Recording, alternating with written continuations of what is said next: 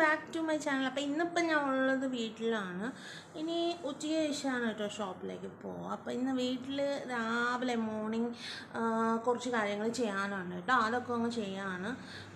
രാവിലെ നമ്മൾ സാധാരണ എന്താ ചെയ്യുക, കുക്കിംഗ് ആണ് ഇന്ന്. എന്താണ് ബ്രേക്ക്ഫാസ്റ്റ് ഉണ്ടാക്കാൻ പോവാണ് കേട്ടോ. ഇപ്പോൾ രാവിലെ ഒരു 8-8:30 ആയിട്ടുണ്ട് കേട്ടോ. രാവിലെ എണീച്ചാൽ തന്നെ താമസിച്ചു. പിന്നെ ഞാനിങ്ങനെ അവിടെ ഇവിടെയൊക്കെ കറങ്ങി നടന്ന് കുറച്ച് സമയമൊക്കെ അങ്ങ് പോയിട്ടാണ്. അപ്പം ഇനിയിപ്പം നമുക്ക് എല്ലാവർക്കും വിശന്ന് തുടങ്ങിയിട്ടുണ്ട്. അപ്പം നമുക്ക് ബ്രേക്ക്ഫാസ്റ്റ് പുട്ട് ഉണ്ടാക്കാമെന്ന് വെച്ചിട്ടാണ്. പുട്ടും പിന്നെ ഒരു മുട്ടക്കറി ഉണ്ടാക്കണമുണ്ട്. അതാണ് ഇന്നത്തെ ബ്രേക്ക്ഫാസ്റ്റ്.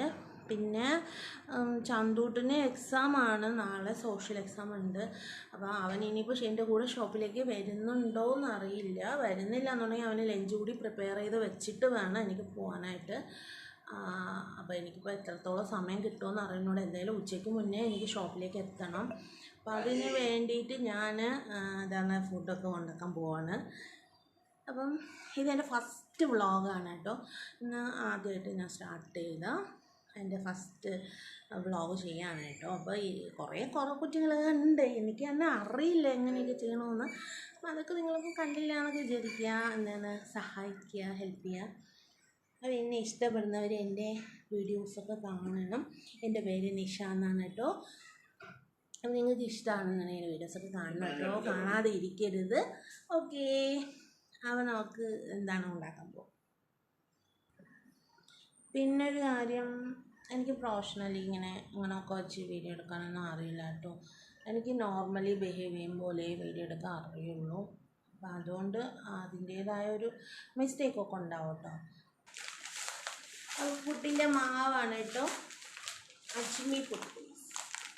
പരസ്യമൊന്നും അല്ല കേട്ടോ, ചുമ്മാ പറയുന്ന മാവിൻ്റെ കമ്പനി കാണിച്ചാൽ നമുക്കിത് പൊട്ടിച്ചിട്ട് ഇടാം. പുട്ടുണ്ടാക്കാൻ അറിയാത്തവരായിട്ട് കേരളത്തിൽ ആരും കാണൂല അല്ലേ. എന്നാലും പുട്ടിങ്ങനെ നമ്മൾ പൊട്ടിച്ചതിലേക്ക് ഇടണം. ചുമ്മാ പറയണ കേട്ടോ. രാവിലെ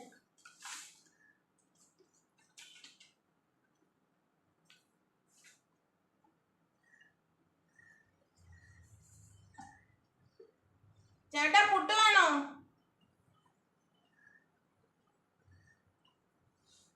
നോ അനക്കം. അപ്പോൾ പുട്ട് വേണ്ട, ക്യാൻസൽ. ഇനി അർജുന് മാത്രമാണ് പുട്ട് ഉണ്ടാക്കാൻ പോകുന്നത്.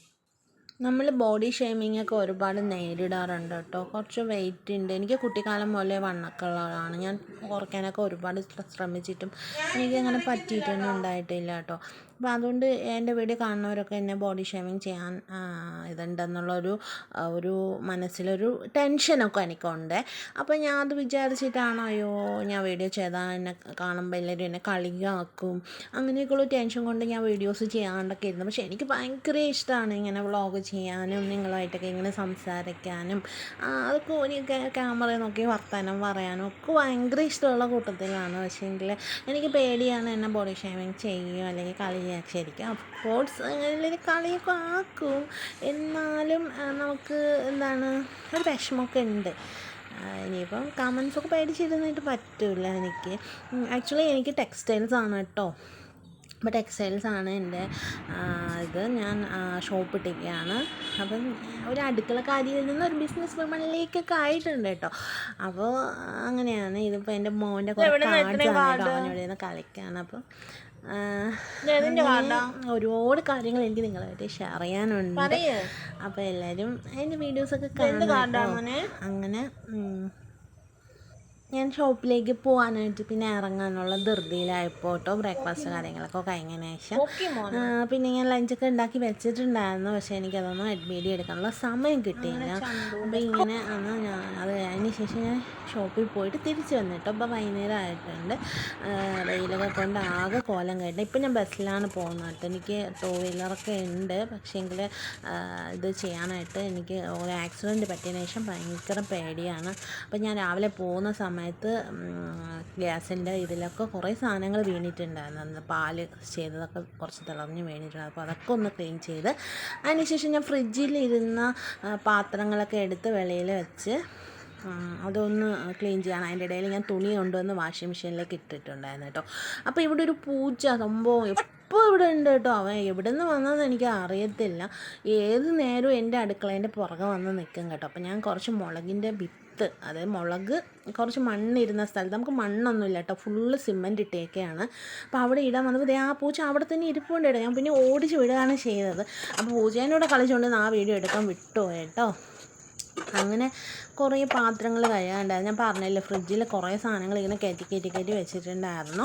അപ്പോൾ അതിൻ്റെ പാത്രങ്ങളൊക്കെ എടുത്തിട്ട് ഞാനിങ്ങനെ കഴുകുകയാണ് കേട്ടോ. അതായത് എന്താണ് ഇങ്ങനെ ഇടുന്നതെന്ന് വെച്ചാൽ ഞാൻ അവിടെ ഒരു വേസ്റ്റ് ബക്കറ്റ് വെച്ചിരിക്കുകയാണ്. അതിനകത്ത് കുറേ സാധനങ്ങളിങ്ങനെ നമ്മൾ കഴിച്ച ഫുഡിൻ്റെ ഇത് ഞാനില്ലാത്ത സമയത്ത് മോൻ കഴിച്ചിട്ട് അവനും എടുത്ത് ഫ്രിഡ്ജിലേക്ക് വെച്ചിട്ട് അങ്ങ് പോകും. അങ്ങനെ ഇരുന്ന് ആരും കഴിക്കാനൊക്കെ ഇല്ലാതെ കുറച്ച് സാധനങ്ങളിങ്ങനെ ഇതായിപ്പോയി കേട്ടോ. അപ്പോൾ ആ പാത്രങ്ങളൊക്കെ ഞാൻ ഒന്ന് കഴുകി വെക്കാണ് കേട്ടോ. പിന്നെ പാത്രം കഴുകൽ നമുക്കൊരു കുറവില്ലല്ലോ.